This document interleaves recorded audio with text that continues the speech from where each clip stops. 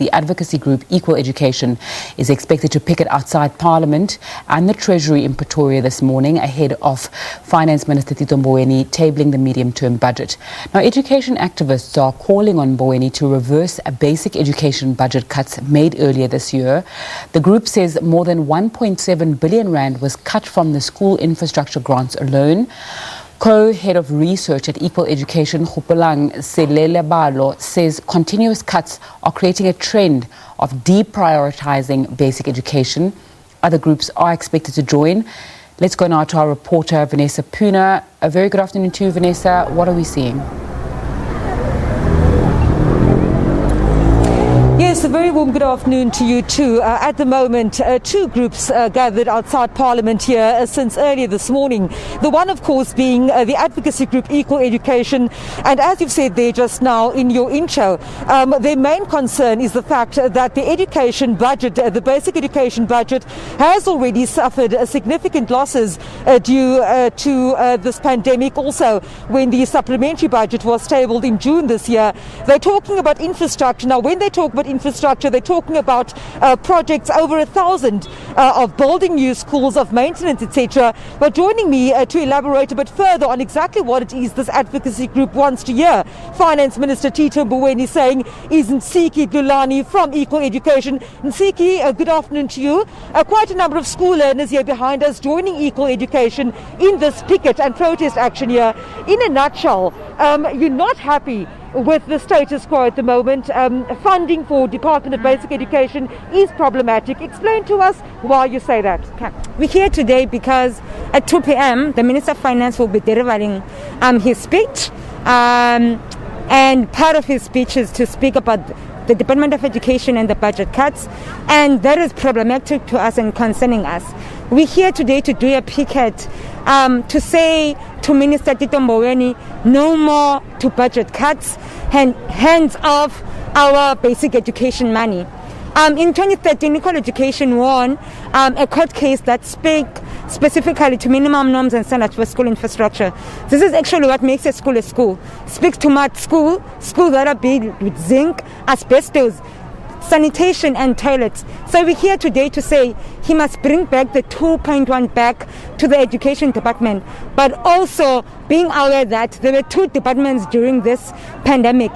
The one was about the donor department and the frontline department. We believe as Equal Education that Department of Education is a frontline department. We are aware that part of the 2.1 billion, 1.7 was actually taken specifically on the infrastructure grant. That is very concerning because till now we still have schools in the Eastern Cape that are built out of mud. Young children are falling in pit latrine and dying in pit latrine toilet in KZ and Limpopo in Eastern Cape. We still don't have proper fencing in the Western Cape, and Gauteng learners are sitting in overcrowding classes. And it's concerning that till now we have this budget being cut by the minister. Now, Nsiki, I also understand, sorry to interrupt you there, that the issue is not just infrastructure, which is a very big and real problem when it comes to education and schooling in South Africa. You've also mentioned in various statements that you are deeply concerned about the National School Nutrition Program. Yes.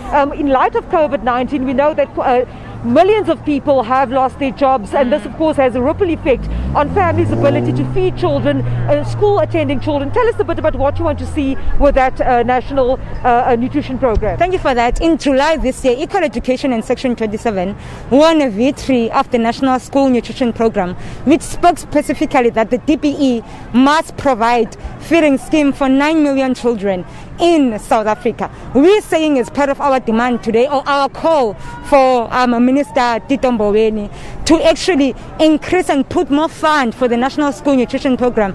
You've said it very well that during this time of the pandemic, we've seen that food security is one of the important things. And we are worried that this part of budget cuts, it also includes the National School Nutrition Program. And we are demanding that they include more money for the feeding scheme to make sure that these 9 million learners are getting food.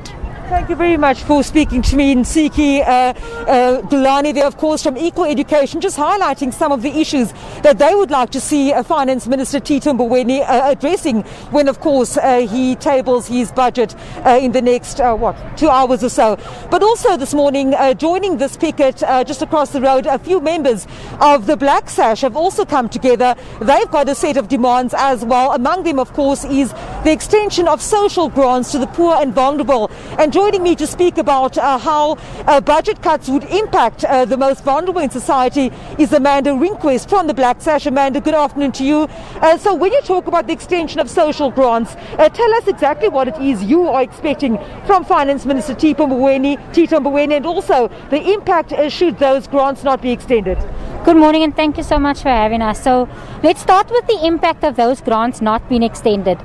So at the beginning of the year, at the beginning of lockdown, 250 Rand top-up was added to all grants to help ease the burden of this pandemic. The humanitarian crisis has ensued, the burden and the pandemic is not over, and now the minister wants to take those 250 Rand top-ups away.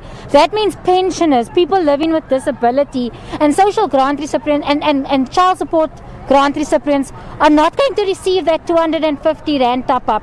The food basket has increased dramatically over the last few months. The price of bread has been increased by almost 40%. Basic goods and services continue to rise, the price of it. And so the burden and the brunt of this lockdown is borne by the poor. And that the minister needs to take that into account. The austerity measures are going to do nothing more than increase poverty and increase suffering by people. And so the minister must take that into account in his speech today. He must stop trying to save money at the cost of people's lives. And that is what the Black Sash is saying. The Black Sash is asking for a grant, a social assistance grant for all people aged 18 to 59 with little to no income. Thank you very much for speaking to Amanda Rinquest from the Black Sash.